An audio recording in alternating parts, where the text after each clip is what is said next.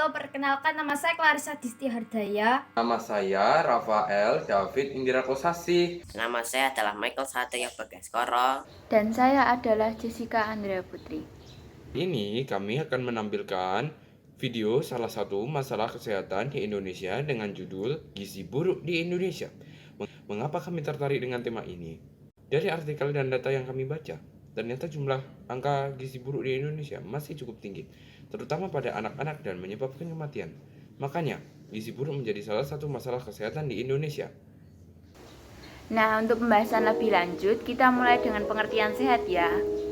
Sehat adalah keadaan baik sehat secara fisik, mental, spiritual, maupun sosial yang memungkinkan setiap orang untuk melakukan hidup produktif secara ekonomi dan sosial. Sedangkan kesehatan memiliki pengertian yaitu sebuah keadaan sejahtera dari badan, jiwa, dan sosial yang memungkinkan setiap orang untuk hidup produktif secara sosial dan ekonomi. Pemeliharaan kesehatan adalah upaya penanggulangan dan pencegahan gangguan kesehatan yang memerlukan pemeriksaan, pengobatan, atau perawatan termasuk kehamilan dan persalinan. Ciri sehat adalah 1. Memiliki berat badan yang ideal.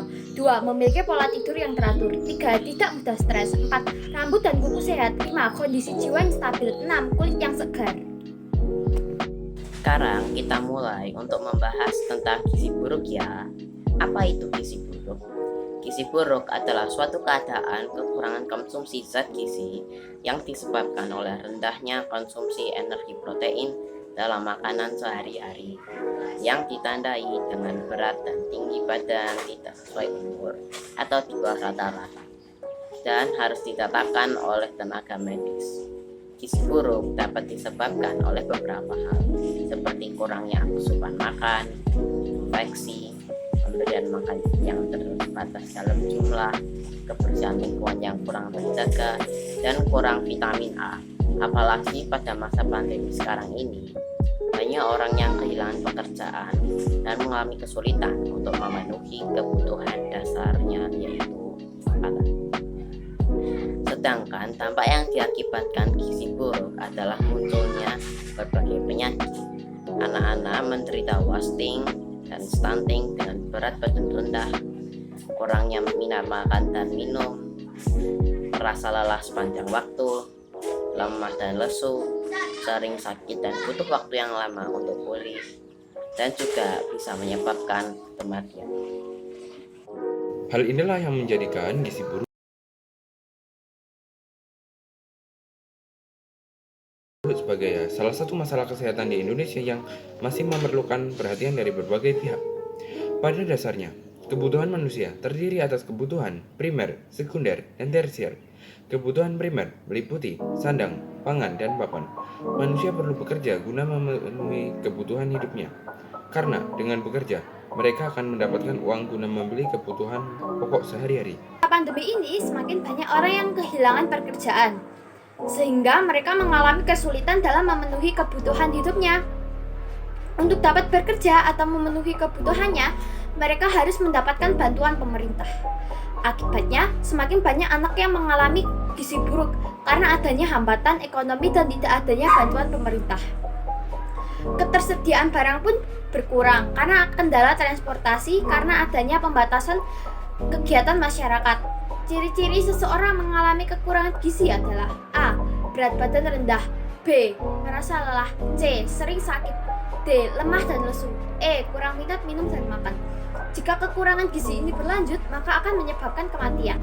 Oleh karena itu, untuk sehat diperlukan asupan gizi yang baik dan seimbang. Contoh makanan gizi yang baik dan seimbang adalah sayur, buah, lauk, dan makanan yang mengandung karbohidrat. Contohnya ada oatmeal. Oatmeal merupakan salah satu jenis gandum yang mengandung vitamin B, zat besi, mangan, dan kaya akan kandungan seratnya.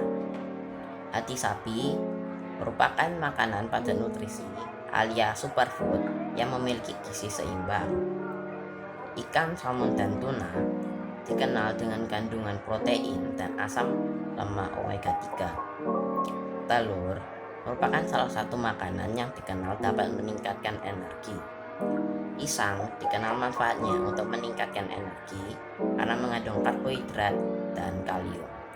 Selain karena kurangnya asupan makanan, gizi buruk dapat diakibatkan oleh adanya infeksi, pemberian makan yang terbatas dalam jumlah. Berkaitan dengan situasi pandemi dan angka gizi buruk yang semakin meningkat, pemerintah Indonesia tidak tinggal diam. Seperti yang tertera dalam Undang-Undang Dasar 1945, Pasal 28H Ayat 1. Undang-Undang Dasar 1945, Pasal 28H Ayat 1 menyebutkan setiap orang berhak hidup sejahtera, lahir dan batin, bertempat tinggal dan mendapatkan lingkungan hidup yang baik, sehat, serta berhak memperoleh pelayanan kesehatan. Penanganan yang diberikan pemerintah untuk gizi buruk antara lain sebagai berikut. 1. Memberikan edukasi terkait bahayanya gizi buruk. Yang kedua, membantu warga yang tidak mampu dengan program Keluarga Harapan. Yang ketiga, mengedukasi anak sekolah tentang bahayanya makan makanan fast food atau junk food. Kita sebagai generasi muda juga bisa melakukan sesuatu untuk membantu menurunkan angka gizi buruk di Indonesia, yaitu mulai dari diri sendiri dengan makan makanan bergizi seimbang, memilih makanan yang kalorinya tidak terlalu tinggi agar tidak banyak lemak menumpuk di badan.